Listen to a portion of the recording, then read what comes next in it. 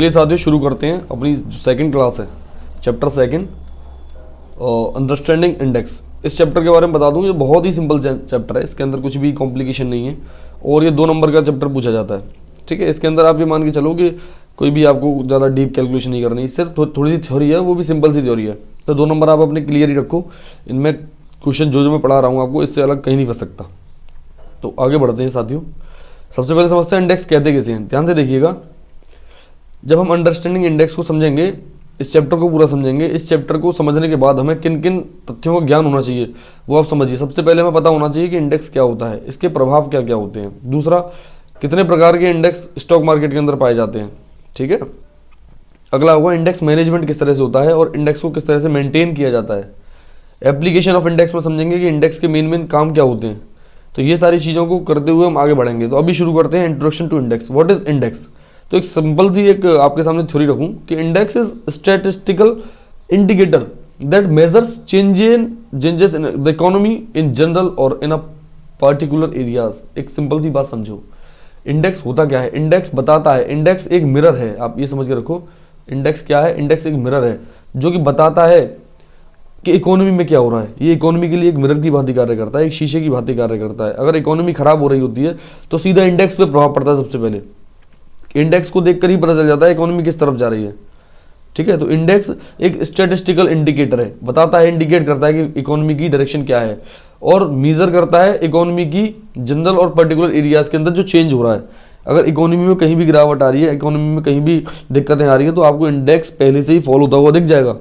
ठीक है, अब पर्टिकुलर एरियाज से मतलब क्या है? अब इंडेक्स भी कई प्रकार के होते हैं। जैसे मान लो बैंकों के अंदर दिक्कत पता करनी है कि बैंकों में आ रही है कि नहीं आ रही, तो बैंकों के लिए अलग इंडेक्स होता है। स्टॉक मार्केट के अंदर जैसे आप बैंक निफ्टी के नाम से जानते हो, बैंक निफ्टी क्या है? जिसके अंदर सभी बैंकें जुड़ी हुई हैं। तो वो पर्टिकुलर एरिया, अगर आपको ऑटो सेक्टर का चाहिए तो CNX ऑटो करके होता है, IT का चाहिए तो IT सेक्टर का इंडेक्स होता है, फार्मा का चाहिए तो फार्मा सेक्टर का इंडेक्स होता है। तो ये सभी सेक्टर्स जो है वो पर्टिकुलर एरियाज है मार्केट के, और यदि इनमें चेक करना है कि मार्केट कहाँ जा रहा है तो आपके इनके जो इंडेक्स होंगे उनको चेक करना पड़ेगा। ठीक है ना, तो साधारण सी बात ये हमने समझी यहाँ पे। अब बढ़ते हैं आगे। An index is a portfolio of securities that represent a particular market or a portion of market। देखो इंडेक्स के अंदर होता क्या है कि सारी कंपनियां, इंडेक्स बनता कैसे? बनता इस तरह से कि इंडेक्स के अंदर सारी कंपनियां अलग अलग वेटेज के हिसाब से तय होती हैं। यही सारी की सारी कंपनियों की लिस्ट होती है। वे सारी कंपनियां यदि ऊपर जाती हैं तो इंडेक्स आपको ऊपर जाता हुआ दिखता है, वे सारी कंपनियां अगर नीचे जाती हैं तो इंडेक्स नीचे जाता हुआ दिखता है। अगर हाई वेटेज वाली कंपनियां जिधर एक्शन लेती हैं मेनली इंडेक्स आपका वहीं जाता है। अब हाई वेटेज क्या होता है, वेटेज किसे कहती है, तो ये चीज़ ना अगली कुछ 10-15-20 मिनट के अंदर आपको क्लियर हो जाएगी। एक चीज समझो, each index has its own calculation methodology and usually expressed in terms of change from a base value. The base value might be as recent as previous day or many years in the past. अब समझो यार क्या करना चाह रहा हूं आपको। Each index has its own calculation. देखो हर इंडेक्स की कैलकुलेशन के पीछे क्या मतलब फॉर्मूला लगा रहता है। हर इंडेक्स के लिए अलग अलग है, किसी इंडेक्स के लिए एक अलग मेथड बना हुआ है, किसी इंडेक्स के लिए अलग मेथड बना हुआ है। तो 4 तरह के मेन मेथड होते हैं। उन मेथड्स के बारे में हम यहाँ पढ़ने वाले हैं अभी 10 मिनट के अंदर। लेकिन एक बात समझो, वो मेथड बनने के बाद क्या पता चलता है कि मार्केट ऊपर जाता है तो इंडेक्स ऊपर जाता है, मार्केट नीचे जाता है तो इंडेक्स नीचे जाता है। लेकिन इसकी बेस वैल्यू क्या होती है, मतलब ऊपर जा रहा है कि नीचे जा रहा है, कैसे पता चलेगा? चेक किया जाता है कि प्रीवियस, यहाँ देखो कह रहा है कि या तो बेस वैल्यू होती है वो माइट भी, यानी हो सकती है क्या, या तो प्रीवियस डे हो सकती है या many years in the past. Mainly previous day use होती है। इसका मतलब क्या हुआ कि आज मान लो मार्केट यहाँ पे खड़ा हुआ है, यहाँ पे अगर कल यहाँ खुलता है तो मैं बोलूँगा मार्केट ऊपर गया, कल अगर यहाँ खुलता है तो मार्केट नीचे गया। सिंपल सी बात यह है। ऐसा नहीं है कि मैं 2 दिन 4 दिन पहले पता करूँगा मार्केट यहाँ था फिर देखूंगा कि नहीं आज यहाँ खुला है तो नीचे होगा। नहीं, मैं क्लियर ये वाला देखूंगा कल क्या था, प्रीवियस डे हमारे यहाँ जो भी देखा जाता है निफ्टी विफ्टी, आप देखते हो आज 50 अंक ऊपर है। मतलब 50 अंक ऊपर है का मतलब होता क्या है? 50 अंक का मतलब ये है कि कल जिस रेट में बंद हुए थे वहां से 50 अंक ऊपर है। यानी कि इसकी जो बेस वैल्यू है, जो कंपैरिजन होता है, स्टॉक ऊपर जा रहा है नीचे जा रहा है, मार्केट ऊपर जा रहा है कि नीचे जा रहा है, निफ्टी ऊपर जा रहा है कि नीचे जा रहा है, सेंसेक्स ऊपर जा रहा है कि नीचे जा रहा है, इसकी कैलकुलेशन की जो बेस वैल्यू है वो है प्रीवियस क्लोज। जिस रेट पे मार्केट पहले क्लोज हुआ था उस रेट से कहाँ जा रहा है। यदि आपने कैंडल्स को थोड़ा सा बहुत पढ़ा है, कैंडल होती हैं उसमें ओपन हाई लो क्लोज होते हैं 4 प्राइस। तो जो क्लोज प्राइस होता है उसके द्वारा मार्केट में कंपैरिजन किया जाता है कि मार्केट ऊपर जा रहा है कि नीचे जा रहा है। सिंपल सी कहानी आपको समझ में आ गई होगी। तो इंट्रोडक्शन टू इंडेक्स के अंदर हमने यहाँ समझा। अगली चीज, मेन चीज क्या होती है कि stock index is created to provide market participants with the information regarding average share price movement in the market. होता क्या है, जैसे आप मान लो जैसे निफ्टी 50 है, इसमें क्या बताया गया इस लाइन के अंदर कि जैसे निफ्टी 50 है, निफ्टी 50 आपने मार्केट बंद हुआ और आपने चेक किया कि निफ्टी 50 के अंदर पूरे दिन में 1% चल रही। इसका मतलब क्या है कि निफ्टी 50 के जितने भी स्टॉक्स हैं उनमें जितनी भी चल रही, मान लो कुछ ऊपर गए होंगे ज़्यादा, कुछ थोड़े से नीचे गए होंगे, तो आप सबका एक एवरेज लेके आओगे तो ऑलमोस्ट 1% सबके अंदर चाल मिल जाएगी। सबको अगर बराबर बराबर बांटोगे तो यानी लगभग एक एवरेज दोगे सभी लोग इंडेक्स को, तो ऑलमोस्ट 1% का आपको मिलेगा। तो वो इंडेक्स क्या होता है, स्टॉक इंडेक्स मेजर करता है एवरेज शेयर प्राइस मूवमेंट को। एवरेज शेयर प्राइस मूवमेंट को स्टॉक मार्केट के अंदर एवरेज शेयर प्राइस में क्या मूवमेंट हुई, उसकी जो मेजरमेंट होती है वो होती है आपकी सेंसेक्स या निफ्टी जो भी इंडेक्स होता है उसके द्वारा। चलिए यहाँ से बढ़ते हैं थोड़ा सा आगे, फिर देखते हैं क्या है सिग्निफिकेंस ऑफ इंडेक्स। इंडेक्स के प्रभाव क्या क्या होते हैं एक बात समझो। Stock index is an indicator of the performance of overall market और अ पर्टिकुलर सेक्टर। ये मैंने पहले ही बताया था अभी आपको, ठीक है, कि स्टॉक मार्केट जो इंडेक्स होता है वो एक शीशा होता है, मिरर होता है, एक इंडिकेटर होता है जो बताता है पूरे मार्केट की परफॉर्मेंस क्या है या पर्टिकुलर सेक्टर की परफॉर्मेंस क्या है, ठीक है। दूसरा, एक तो मेरा सिग्निफिकेंस ये हो गया। सेकंड है it serves as a benchmark for portfolio performance. Managed portfolios belonging either to individuals or mutual funds use the stocks index as a measure of evaluation of their performance। क्या बात हुआ इस मतलब का, सिंपल सी कहानी है। मैंने स्टॉक मार्केट के अंदर 30% रिटर्न निकाले साल में। अब इसे कैसे कंपेयर करोगे कि सही रिटर्न है, अच्छे रिटर्न निकाले मैंने या खराब निकाले, उसके लिए मैं कंपेयर करूंगा मान लो निफ्टी को। जैसे मैं एक बार यहाँ आपको सीधा सीधा एग्जांपल लेके चलता हूँ। ये है मेरी निफ्टी या ये मेरा सेंसेक्स है और ये मेरा पोर्टफोलियो है। मैं क्या देख रहा हूँ कि मेरा पोर्टफोलियो पूरे साल के अंदर 30% रिटर्न दिए, ठीक है, 30% ऊपर गया, तो मैं सोच रहा हूँ कि शायद चलो ठीक है मेरे रिटर्न जो है अच्छे रहे, बढ़िया रहे। लेकिन वही मुझे पता चलता है कि निफ्टी के रिटर्न तो भैया 50% रहे। तो अभी रिटर्न मेरे 30% सही है कि खराब है? नहीं, मैं अगर मेरी कंपैरिजन करी जाएगी निफ्टी से तो मैं जो है हार गया एक तरह से मान सकते हो, क्योंकि ये जो होती है ये बेंचमार्क होता है आपको कंपैरिजन करने के लिए। जो म्यूचुअल फंड्स होते हैं, जो आपके फंड मैनेजर्स होते हैं, वो निफ्टी को बेंचमार्क रखते हैं कि हमें मिनिमम इतना परसेंट तो निफ्टी के बराबर निकालना ही निकालना है ना। बहुत से निकाल पाते हैं, बहुत से नहीं निकाल पाते। तो आपके लिए ये एक कंपटीशन के लिए कार्य करता है, कंपटीटर के लिए या बेंचमार्क के लिए कार्य करता है कि आपको मिनिमम कितने परसेंट रिटर्न निकालने चाहिए। बहुत से लोग क्या करते हैं कि यार छोड़ो हम कुछ नहीं कर रहे हैं, पोर्टफोलियो नहीं बना रहे अपना, हम तो डायरेक्ट निफ्टी में लगा देते हैं। तो उस केस में आप निफ्टी का ETF जैसे एक्सचेंज ट्रेडेड फंड होते हैं ना, आपको मिल जाएगा निप्पॉन इंडिया का जो ETF चल रहा है निफ्टी के अंदर, तो उसमें भी आप पैसा लगा सकते हो। यहाँ पर मैंने आपको केवल इतना बताने की कोशिश करी है कि यहाँ पर आप अपने पोर्टफोलियो के लिए चेक कर सकते हो, कंपेरिजन कर सकते हो कि आपके पोर्टफोलियो इतने रिटर्न निकाले और उस समय निफ्टी के कितने निकाले।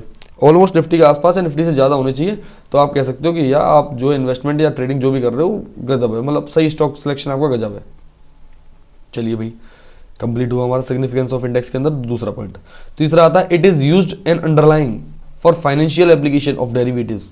Various products in OTC and exchange traded markets are based on indices as underlying asset. Simple सी कहानी, आप ऑप्शंस में ट्रेडिंग करते होंगे, नहीं करते तो आपने सुना होगा निफ्टी की कॉल ले लो, निफ्टी की पुट ले लो। ये क्या है, निफ्टी के कॉल पुट में काम हो रहा है ना, तो ये डेरिवेटिव्स है। कॉल पुट क्या होता है, डेरिवेटिव होता है। वहीं आपने सुना होगा कि बैंक निफ्टी की कॉल ऑप्शन ले लो, पुट ऑप्शन ले लो, तो ये सब चीज़ क्या है, ये डेरिवेटिव्स हैं। बैंक निफ्टी का फ्यूचर भी होता है, फ्यूचर मार्केट, निफ्टी का फ्यूचर मार्केट भी होता है। तो ये क्या, इंडेक्स के अंदर कॉल ऑप्शन पुट ऑप्शन के अंदर भी ट्रेडिंग हो रही है। तो ये किस तरह से हो रही है, ये डेरिवेटिव्स के लिए भी यूज होता है, डेरिवेटिव ट्रेडिंग के लिए भी इंडेक्स का प्रयोग होता है। सिंपल सी कहानी। चलिए, स्टॉक मार्केट के अंदर जो स्टॉक मार्केट इंडेक्स होते हैं वो कितने प्रकार के होते हैं। मैं सबसे पहले प्रकार के आसपास जा रहा हूं, सुनिए।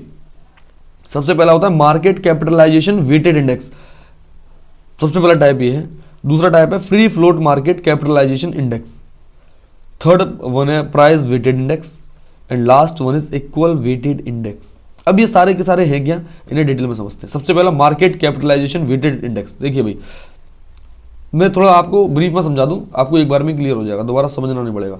मार्केट कैपिटलाइजेशन मतलब मान लो मेरे पास 4 कंपनियां हैं, एक A है, एक B है, एक C है और एक D है। मान लो ये मेरे पास 4 कंपनियां हैं। अब ये मार्केट कैपिटलाइजेशन है, मतलब मान लो A की जो टोटल मार्केट कैपिटलाइजेशन है वो है 10 करोड़ 10 CR, B की जो है वो है 5 CR, C की है 7 CR और D की है मान लो 100 CR। तो ये मार्केट कैपिटलाइजेशन के आधार पे बनेगा ये जो इंडेक्स होगा। कौन सा वाला, मार्केट कैपिटलाइजेशन वेटेड इंडेक्स। इसमें क्या करेगा कि जो जिसके पास सबसे ज्यादा वेटेज है इसको सबसे ज्यादा वेटेज दिया जाएगा मार्केट में, ये सबसे बड़ा होगा। समझ में आ रही है? ये सबसे मेन आदमी होगा। इसके बाद कौन सी कंपनी आएगी? ए। इसके बाद आएगी ए, भाई इसको भी थोड़ा सा वेटेज दिया जाएगा क्योंकि सेकंड कंपनी ये है। सी जो कि थर्ड कंपनी होगी और बी लास्ट कंपनी होगी। क्यों? क्योंकि उसका सबसे कम मार्केट कैपिटलाइजेशन है, 5 CR, 50 नहीं है, 5 है, ठीक है। तो 5 CR के साथ यहाँ पर आप देख रहे हो, तो इसका मतलब क्या हुआ कि यहाँ पर डी को सबसे ज़्यादा प्रमुखता दी जाएगी, वहीं बी को बहुत कम प्रमुखता दी जाएगी। प्रमुखता का मतलब वेटेज। वेटेज अर्थ क्या हुआ, जैसे मान लो अगर डी एक कंपनी है, ये 10% अगर गिर गई एक दिन में, तो पूरे इंडेक्स के अंदर भूचाल मच जाएगा, वो भी लगभग 7-8% गिर लेगा। लेकिन वहीं अगर बी जो है कंपनी जिसका सबसे कम वेटेज है, वो अगर 10% गिर गई पूरे दिन में, तो फिर यहाँ ज़्यादा कुछ बड़ा लंबा चौड़ा नहीं होने वाला। सिंपल सी बात समझ में आ रही है मेरी? तो मार्केट कैपिटलाइजेशन वेटेड इंडेक्स के अंदर इतना ही हमें समझना है कि ये जो ABCD जो मैंने कंपनी आपको दी, ये जितनी भी मैंने आपको टर्म्स यहाँ समझाई, इसके अंदर सिंपल सा क्या है कि ये वेटेज के हिसाब से तय होती हैं। अगर एक कंपनी का मार्केट कैपिटलाइजेशन बहुत ज़्यादा है तो उसको बहुत ज़्यादा वेटेज दी जाएगी, एक कंपनी का मार्केट कैपिटलाइजेशन बहुत कम है तो इसे बहुत कम वेटेज दी जाएगी। इसे ही बोलते हैं market capitalization weighted index. Simple सी कहानी, यहाँ तक सबको क्लियर है ना? मैं आशा करता हूँ सब कुछ आपको क्लियर होगा। यहाँ से आगे बढ़ते हैं अब हम।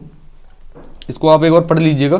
टोटली इसके अंदर एक्स्ट्रा कुछ भी नहीं बताया गया है, मैंने सब कुछ बताया। देखो यहाँ पर हायर मार्केट कैप वालों को ग्रेटर वेटेज दी जाती है, greater percentage weights in the index, और जो स्मॉलर मार्केट कैप वाले होते हैं उनको लोअर वेट दी जाती है। सिंपल सी कहानी, ठीक है। चलिए अब अगला आता है free float market capitalization index. अब ये क्या है भाई? समझो, मैं समझाता हूँ। मैं इसको आपको पहले ब्रीफ में समझाता हूँ, उसके बाद हम थ्योरी पे बात कर लेंगे। एक कंपनी है ए, एक कंपनी है बी, एक कंपनी है सी और एक है डी। अब मैं कह रहा हूँ भाई ए के अंदर ना 100 करोड़ की मार्केट कैपिटलाइजेशन है, 100 CR, इसकी 200 CR है, इसकी 50 CR है मान लो, और इसकी 300 CR है। चलिए भाई बहुत बढ़िया, और वेटेज तो अच्छी, मतलब कंपनी जो है बड़ी बड़ी है, मार्केट कैपिटलाइजेशन तो ज़बरदस्त है। तो यहाँ पर अगर मान लिया जाए कि अगर केवल मार्केट कैपिटलाइजेशन वेटेज इंडेक्स के अंदर देखें तो डी को सबसे ज़्यादा वेटेज दी जाएगी मार्केट कैपिटलाइजेशन के हिसाब से। लेकिन अभी एक शब्द जुड़ चुका है आगे, फ्री फ्लोट। अब ये फ्री फ्लोट क्या होता है भाई? देखिए फ्री फ्लोट कुछ भी नहीं है, एक सिंपल सी टर्म यूज हुई है। इस टर्म का मतलब समझो, यानी कि ये ए जो है इसकी टोटल मार्केट कैप है 100 CR, लेकिन ये बताओ पब्लिक के लिए कितना इसके अंदर जो है पटा हुआ है। ऐसा होता है स्टॉक मार्केट के अंदर, हर तरह के लोगों के लिए अलग अलग मार्केट जो कंपनी होती है अलग अलग तरह से वेटेज निकालती है। मान लो प्रमोटर्स के लिए इतनी होल्डिंग होगी, इतना परसेंट होगा, रिटेलर्स के लिए इतना होगा, FIIs के लिए इतना होगा, DIs के, ये सारी चीज़ें पहले से कंपनी तय करती है। तो मान लो ए का मतलब ये है, फ्री फ्लोट का मतलब ये है कि कितना प्रतिशत रेशियो जो है फ्री है ट्रेड करने के लिए। अगर मैं खरीदने गया तो ऐसा तो नहीं है 100 करोड़ की कंपनी है 100 करोड़ भी खरीद लूंगा, कुछ परसेंट ही तो खरीदूंगा। मान लो 20 करोड़ खरीद रहा हूँ, 30 करोड़ खरीद रहा हूँ, 50 करोड़ खरीद रहा हूँ, कंपनी पूरी तो बिकेगी नहीं। वो भी कुछ कहेगी कि आप मैं आपको टोटल जो हाईएस्ट बेच सकती हूँ, वो मान लो ए जो कंपनी है वो करिए, मैं आपको 30 करोड़ अपनी कंपनी का 30 करोड़ रुपये हाईएस्ट दे सकती हूँ। 30 करोड़ जो मार्केट कैपिटलाइजेशन है वो मैं आपके साथ शेयर कर सकती हूँ। बी कह रही है नहीं सब मैं 60 करोड़ शेयर कर सकती हूँ। सी कह रही है मैं 40 करोड़ शेयर कर सकती हूँ। और डी कह रही है मैं 10 करोड़ ही शेयर करूँगी। तो अब यहाँ पर भले ही डी सबसे बड़ी कंपनी है, लेकिन चूंकि मार्केट जो है इसका फ्री फ्लोट वो तो उसने बहुत कम शेयर किया है। ये जो आप देख रहे हो ना 30, 60, 40, 10, ये क्या है? ये फ्री फ्लोट है, ये फ्री फ्लोट मार्केट कैपिटलाइजेशन है। तो यहाँ पर सबसे ज़्यादा वेटेज इसको दी जाएगी बी को, क्योंकि इसका जो फ्री फ्लोट है वो सबसे ज़्यादा है। ये फर्स्ट नंबर पर आएगी, ये सेकेंड नंबर पर आएगी। ऐसा क्यों? क्योंकि इसका फ्री फ्लोट सेकेंड नंबर पर है, ये थर्ड नंबर पर आएगी, इसका फ्री फ्लोट थर्ड नंबर पर है, और ये लास्ट में आएगी फोर्थ नंबर पर। ठीक है, तो सिंपल सी कहानी, फ्री फ्लोट मार्केट कैपिटलाइजेशन आपको क्लियर हुआ होगा मेरी जगह से। चलिए यहाँ पर कुछ भी नहीं है, यहाँ पर कंपनी के पास टोटल कितना फंड है वो देखा जाता है, उसमें से ट्रेडिंग करने के लिए कितना रेडी है कंपनी, कितना ट्रेडिंग करवाने के लिए रेडी है, उसको कंपेयर किया जाता है। वही फ्री फ्लोट होता है और उसको कंपेरिजन कर दिया जाता है। अगर यहाँ पर देखो बी का फ्री फ्लोट सबसे ज़्यादा है तो ये फर्स्ट नंबर पे आई, फर्स्ट रैंकिंग दी गई, ये सेकंड पे, ये थर्ड पे और ये फोर्थ पे। अब मान लो ये हाई वेटेज हो गया इसका, अगर ये भले ही 200 करोड़ की कंपनी है लेकिन ये ज़्यादा गिरेगी ना, अगर मान लो ये 10% गिरती है तो इंडेक्स को सबसे ज़्यादा फर्क इसी से पड़ेगा। बाकी ये भले ही 10% गिर जाए अगल बगल की, इनसे इतना ज़्यादा फर्क नहीं पड़ेगा। मान लो देखो ये 10% गिरती है, ये सब खड़ी रहती हैं, तो यहाँ पर इंडेक्स पूरा रेड हो जाएगा। इंडेक्स इनके खड़े रहने से खड़ा नहीं रहेगा, बल्कि ये जो कंपनी है बी जिसकी सबसे ज़्यादा वेटेज है, इसके वजह से थोड़ा ज़्यादा गिर जाएगा। क्यों? क्योंकि सबसे ज़्यादा वेटेज है। वहीं अगर सबसे कम वेटेज है इसकी कंपनी के आसपास, मान लो अब डी जो है आपकी 10% गिर जाती है, तो इंडेक्स तो तभी गिरेगा, लेकिन अभी उतना नहीं गिरेगा जितना इस केस में गिरा था। बात क्लियर है ना? बस मेरा आपसे कहने का तात्पर्य इतना ही है कि आप फ्री फ्लोट को समझ लो। फ्री फ्लोट के हिसाब से जैसे मार्केट कैपिटलाइजेशन में किया था वैसे ही फ्री फ्लोट को कंपैरिजन करना है आपस में, बाकी सारी थ्योरी सेम है। चलिए बढ़ते हैं आगे। In various businesses, equity holding is divided differently among various stakeholders like promoters, institutionals, corporates, individuals, etc. यानी कि यहाँ पर अलग अलग बिजनेस के अंदर अलग अलग इक्विटी जो है बांटी जाती है, प्रमोटर्स में, इंस्टीट्यूशंस में, कॉर्पोरेट्स में, इंडिविजुअल्स को अलग अलग इक्विटी दी जाती है। तो यहाँ देखो क्या कह रहा है, market has started to segregate this on the basis of what is readily available for trading और व्हाट इज नॉट। यानी जो ट्रेडिंग करने के लिए एक साथ तैयार है, आप कितना खरीद सकते हो एक बार में, जिस कंपनी के अंदर वो पैसा ज़्यादा होगा वही उसका फ्री फ्लोट जो है सबसे टॉप पे होगा और वो उसी की सबसे ज़्यादा वेटेज होगी। The one available for immediate trading is categorized as free float. ये देखो लाइन लिखी हुई है, the one available for immediate trading. आप जैसे ट्रेडिंग करने के लिए कूदे, वहाँ जितना भी टोटल पैसा अवेलेबल है उसे बोलेंगे फ्री फ्लोट मार्केट कैपिटलाइजेशन। ठीक है, अब यहाँ क्या करोगे, सभी कंपनियों की देखोगे कितना फ्री फ्लोट किस किसका कितना कितना है और उसके हिसाब से लगा लोगे किसकी वेटेज कब सबसे ज़्यादा होगी और किसकी वेटेज सबसे कम होगी। If we compute the index based on weights of each security based on free float market cap, it is called free float market capitalization index. यानी अगर मैं फ्री फ्लोट के हिसाब से मार्केट कैपिटलाइजेशन का जो कैलकुलेशन करूँ तो ये जो पूरा इंडेक्स बनेगा इसे बोलेंगे free float market capitalization index. आप समझ गए होंगे। एक बात समझो, यहाँ पर हमारा जो सेंसेक्स है, निफ्टी है, MSCI है, ये सारे के सारे एग्जांपल किसके हैं, फ्री फ्लोट मार्केट कैपिटलाइजेशन। यानी हमारे इंडिया में जो मेथड यूज होता है, निफ्टी, सेंसेक्स, ये सभी एक्सचेंज है, इनके ऊपर ये जो मेथड यूज होता है इनको कैलकुलेट करने का, उसे बोलते हैं free float market capitalization index. ये क्वेश्चन आ जाता है NISM के अंदर कि भाई अपने इंडिया में कौन सा जो इंडेक्स का फॉर्मूला है, कौन सा इंडेक्स का जो मेथड है वो यूज किया जाता है। अब अगला आता है price weighted index. Price weighted index क्या होता है मैं बताता हूँ आपको। देखो सिंपल सी चीज, एक कंपनी है A, एक है B, एक है C और एक है D। A का शेयर प्राइस है 20 रुपये का, B का है 40 रुपये का, C का है आपकी 120 रुपये का और D का है मान लो आपके 50 रुपये का। तो ये सबको सबसे ज़्यादा वेटेज दी जाएगी इसको। अब यहाँ ये नहीं पूछेंगे कि किसकी मार्केट कैपिटलाइजेशन ज़्यादा है किसकी कम है, ऐसा कुछ भी नहीं पूछेंगे। ये तो ये कह देंगे देखो इसकी रेट ज़्यादा है क्योंकि प्राइस वेटेड है, प्राइस देखा जाएगा स्टॉक का। तो 120 की इसकी प्राइस सबसे ज़्यादा है तो इसको सबसे ज़्यादा वेट दिया जाएगा। इसके बाद 50 नंबर पे आ रही है, इसकी प्राइस, इसका जो वेटेज थोड़ा कम है तो इसको सेकंड नंबर दिया जाएगा। ये जो है थर्ड नंबर पे 40 आ रही है, इसको सबसे थर्ड नंबर पे डाला जाएगा और सबसे लास्ट में डाल दिया जाएगा लास्ट में 20 वाली को। तो ये प्राइस वेटेड इंडेक्स है इस हिसाब से। अब इसमें मान लो C वाली कंपनी को जरा भी फर्क पड़ता है तो इंडेक्स को सबसे ज़्यादा फर्क पड़ेगा, और वहीं A वाली कंपनी को ज़्यादा फर्क पड़ता है तो वहाँ से इंडेक्स को कोई खास फर्क नहीं पड़ने वाला। ठीक है, इसे बोलते हैं प्राइस वेटेड इंडेक्स। देखिए भैया क्या लिख रहा है, a stock index in which each stock influences the index in proportion to its price. The stock index क्या होता है, उसका इंडेक्स प्रोपोर्शन इट्स प्राइस। यानी देखो a stock index in which each stock influences the index in proportion to its price. यानी वो index को प्रभावित करेगा, इन्फ्लुएंस करेगा उस इंडेक्स के ऊपर, लेकिन अपने प्राइस के हिसाब से। उसका प्राइस ज़्यादा होगा तो ज़्यादा प्रभावित करेगा, कम प्राइस होगा तो बहुत कम प्रभावित करेगा।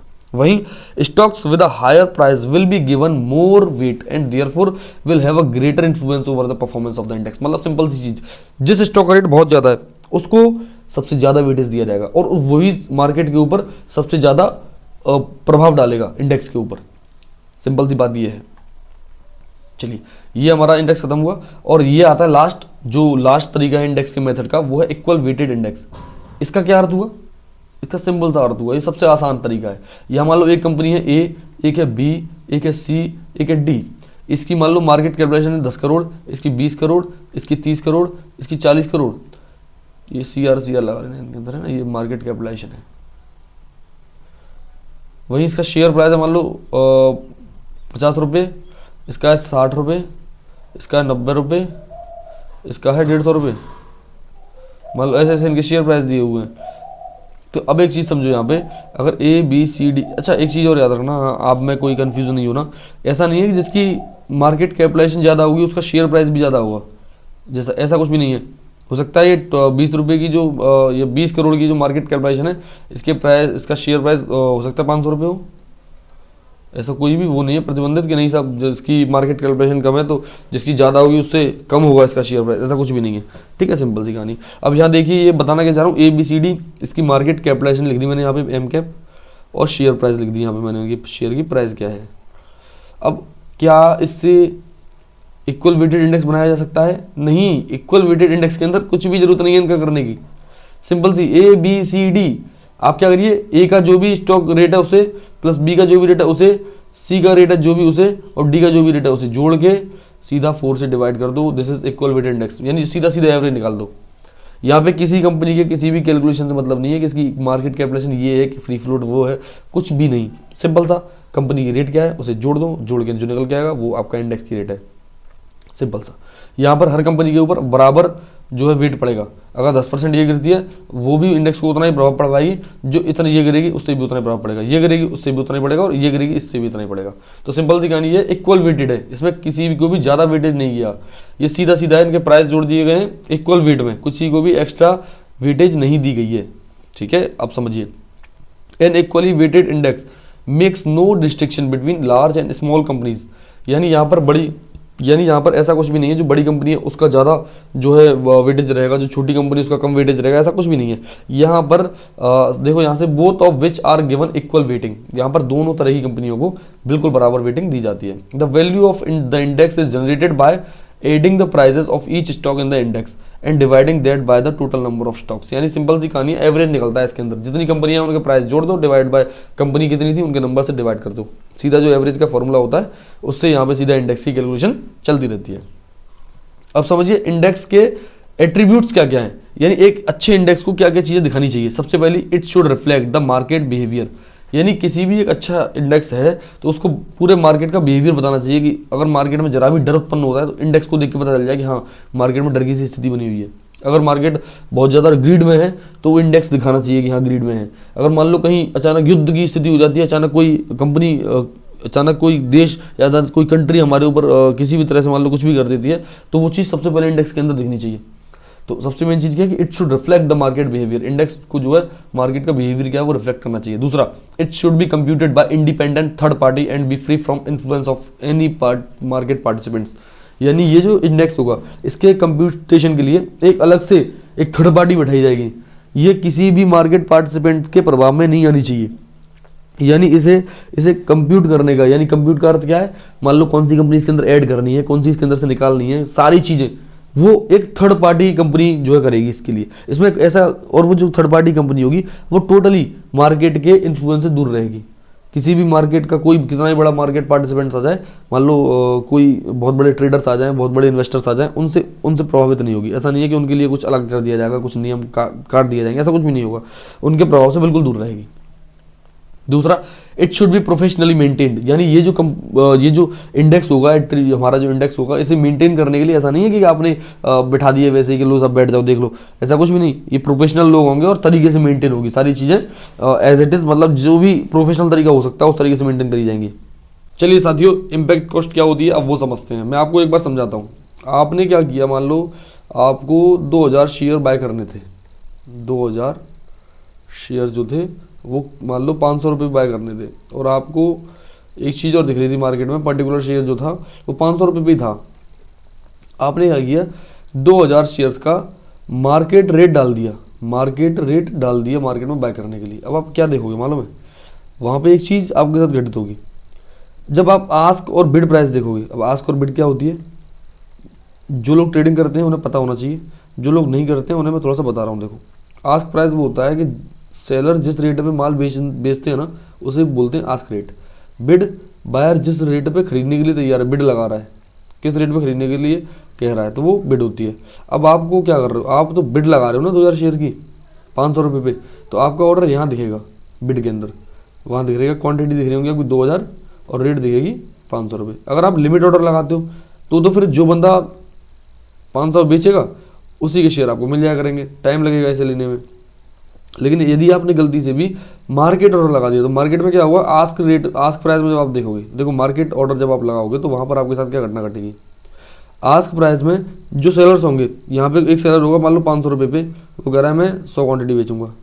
एक होगा 500 रुपये 20 पैसे पे, ये कहेगा मैं भी यहाँ 200 क्वांटिटी बेच रहा हूँ। एक होगा 500 रुपये 40 पैसे पे, ये कह रहा है मैं यहाँ 600 क्वांटिटी बेच रहा हूँ 600। एक होगा 501 रुपये पे, ये होगा मैं यहाँ पे क्या कहते हैं 1100 क्वांटिटी बेच रहा हूँ। अब हुआ क्या, आपने 2000 क्वांटिटी खरीदनी थी, अब कुछ आपकी 500 पे एग्जीक्यूट होंगी, कुछ 520 पे होंगी, 500 रुपये 40 पैसे पे होंगी, कुछ 501 रुपये पे होंगी। तो यानी कि रेट तो 500 दिख रही थी, लेकिन जब बाय किया तो चूंकि रेट बढ़ता गया ना, भाई 100 क्वांटिटी इसके पास है 500 रुपये पे, तो यही क्वांटिटी मिल पाएंगी। उसके बाद अगली क्वांटिटी जो कि आपने मार्केट रेट में खरीदा है, तो अगली क्वांटिटी इस बंदे की अवेलेबल है 500 रुपये 20 पैसे पे 200 क्वांटिटी इसकी खरीद गई, तभी भी आपका क्वांटिटी जो कोटा है वो पूरा नहीं हुआ, तो फिर वहाँ पे 500 क्वांटिटी 500 रुपये 40 पैसे पे 600 क्वांटिटी और है, तो फिर आप इन्हें भी आपकी बाइंग हो जाएंगी। और लास्ट में आपका अभी भी सिस्टम कंप्लीट नहीं हुआ तो 501 रुपये पे 1100 क्वांटिटी है, तो ये भी बाई हो जाएंगी। यानी अभी ऊपर रेट पे बाई हुआ है, तो आपने रेट देखा था 500 रुपये का बाय करने के लिए, लेकिन जब आप इसका एवरेज निकालोगे तो लगभग देखो आप ट्राई करके देखोगे तो आपका एवरेज आएगा करीब 501 रुपये 80 पैसे के आसपास। यानी कि आपकी जो बाइंग होगी वो करीब 501 रुपये 80 पैसे के आसपास होगी। ऐसा क्यों? क्योंकि वहाँ पर लिक्विडिटी नहीं थी।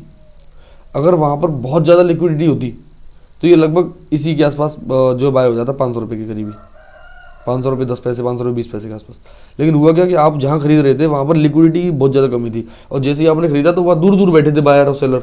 जब सेलर बहुत दूर दूर रेटों में बैठा हुआ था तो आपका जो ऑर्डर है वो भी अलग अलग रेटों पे एग्जीक्यूट हुआ। इस वजह से आपको 80 पैसे, कितना, आपको 80 पैसे एक्स्ट्रा देने पड़े। तो ये 80 पैसे को बोलते हैं इम्पैक्ट कॉस्ट।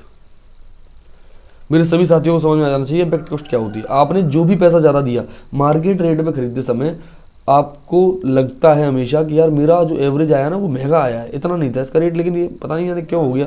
तो वो रीज़न इसका पीछे यही होता है कि वहाँ लिक्विडिटी का इशू है। जैसे ही आपका ऑर्डर गया तो ऑर्डर जो ऊंचे रेट थे उनके ऊपर भी एग्जीक्यूट हुआ, और इस वजह से मार्केट का स्टॉक का जो रेट था वो बढ़ जाता है, और वहाँ पर आपकी एवरेज भी बढ़ी हुई दिखाई देती है। सिंपल सा फंडा ये होता है। अगर किसी को नहीं समझ में आई ये बात, एक बार वीडियो को दोबारा रिवाइज करके देख लें, आपको एक बार में क्लियर हो जाती है। इम्पैक्ट कॉस्ट में यहाँ बताया है, impact cost meaning the liquidity of the stock और as it is measured by impact cost. Impact cost यानी लिक्विडिटी को जिस तरह से मेजर करते हैं उसे इम्पैक्ट कॉस्ट बोलते हैं। देखो भाई, impact cost represent the cost of executing a transaction in a given stock for a specific predefined order size at given point of time. यानी आपको एग्जीक्यूटिंग ऑर्डर के एग्जीक्यूट होने की जो रेट होती है, उसको जो कॉस्ट है उसको बताती है। यहाँ पे impact cost is a practical and realistic measure of market liquidity. यानी मार्केट में लिक्विडिटी बहुत अच्छी खासी हाई है कि नहीं है, इसको मेजर करने का सबसे बढ़िया तरीका है कि इम्पैक्ट कॉस्ट क्या है। अगर इम्पैक्ट कॉस्ट किसी स्टॉक के अंदर बहुत ज़्यादा आ रही है, 2-3 रुपये की इम्पैक्ट कॉस्ट आ रही है, फिर तो वो लो लिक्विड स्टॉक है। और वहाँ पे कुछ पैसे की आ रही है, 5-10 पैसे की, 20 पैसे की, 30 पैसे तक की, तो इसका मतलब वो हाईली लिक्विड स्टॉक है। चलिए, it is closer to the true cost of execution faced by trader in company. यानी ये closer to the true cost, आपने जो स्टॉक की जो रेट देखी थी उसके आसपास ही होती है ये रेट, लेकिन जितना अंतर पड़ता है उसी बोलते हैं इम्पैक्ट कॉस्ट। जैसे मैंने अभी एक एग्जांपल दिया, वहाँ 80 पैसे का फर्क पड़ा तो वहाँ इम्पैक्ट कॉस्ट 80 पैसे हो गई। Liquidity in the context of stock market means a market where large orders are executed without a moving the price. देखो ये सबसे मेन लाइन है। अगर आपने कोई बड़ा ऑर्डर डाला, मान लो 1 लाख क्वांटिटी का, तो 1 लाख क्वांटिटी की वजह से मान लो अगर आपने कोई छोटे मोटे ऑर्डर में डाल दिया, छोटे मोटे स्टॉक में डाल दिया, लाइक एरो ग्रीन या ग्रेस हाउसिंग, ये छोटे छोटे स्टॉक्स है, इंडो थाई, इनमें तो सर्किट लग जाएगा एक बार में 1 लाख क्वांटिटी पे। क्यों? क्योंकि वहाँ पे आपकी 1 लाख क्वांटिटी एग्जीक्यूट होंगी, वहाँ देखेगा कि 100 रुपये रेट चल रही है, हाँ तो आपकी कुछ 1000 शेयर 100 रुपये पे एग्जीक्यूट होंगे, 2000 शेयर आपके 101 रुपये पे एग्जीक्यूट होंगे, 3000 शेयर आपके 103 रुपये पे एग्जीक्यूट होंगे। इस तरह से एग्जीक्यूट होंगे तो उसमें डेली उसी समय सर्किट लग जाएगा। ऐसा क्यों? क्योंकि वह लिक्विडिटी का इशू था वहाँ, और प्लस आपको दुनिया भर का एक्स्ट्रा पैसा देना पड़ेगा क्योंकि आपका एवरेज जो हाई हो गया होगा। तो सिंपल सी कहानी क्या है, ये लिक्विडिटी का इशू होता है, इसे बोलते हैं इम्पैक्ट कॉस्ट, जो पैसे ज़्यादा लगे, और ये हमेशा नापी जाती है जब आप बड़े ऑर्डर्स ले रहे होते हो। क्लियर है ना? चलिए, इंडेक्स मैनेजमेंट। इंडेक्स मैनेजमेंट क्या होता है? इंडेक्स बनता कैसे है, इंडेक्स कंस्ट्रक्शन कैसे होता है, इंडेक्स मेंटेन कैसे होता है, this is called index management. कौन सी कंपनी इंडेक्स में आ गई है जो कि बेकार, मान लो फ्री फ्लोट जिसका कम हो चुका है, वो बाहर भी तो निकालनी है। कोई एक बढ़िया कंपनी है जिसका फ्री फ्लोट बढ़ चुका है तो वो अंदर भी तो लेनी है। इस सभी जिम्मेदारियों को जो संभालता है उसे बोलते हैं इंडेक्स मैनेजमेंट टीम। तो देखिए भाई, ये स्पेशलाइज्ड एजेंसीज द्वारा किया जाता काम है। अब समझा दूं यहाँ पे आपको कि एनएससी इंडाइसिस जो है वो मैनेज किया जाता है एक सेपरेट कंपनी जिसका नाम है एनएससी इंडाइसिस लिमिटेड। इसे आप लिख लें अपने पास। जो एनएससी के इंडेक्सेस हैं उनको जो मैनेज करता है उस कंपनी का नाम है एनएससी इंडाइसिस लिमिटेड। जैसे कि निफ्टी हुआ, बैंक निफ्टी हुआ, ऑटो निफ्टी हुआ, आईटी निफ्टी हुआ, फार्मा निफ्टी हुआ, ये सारे के सारे जो मैनेज करता है उस कंपनी को बोलते हैं, उस कंपनी का जो नाम है इस समय वो है एनएससी इंडाइसिस लिमिटेड। चलिए, तो इंडेक्स कंस्ट्रक्शन क्या है सुन लो यहाँ पे एक बार। Index construction is all about choosing the index stocks and deciding the index calculation methodology. Index construction होता है कौन किस मेथड के ऊपर इंडेक्स बनाना है, पहले तो उसे चूज करो। दूसरा, उसके अंदर स्टॉक्स कौन कौन से लेने हैं। अभी मान लो फ्री फ्लोट ले रहे हो तो स्टॉक्स अलग आएंगे।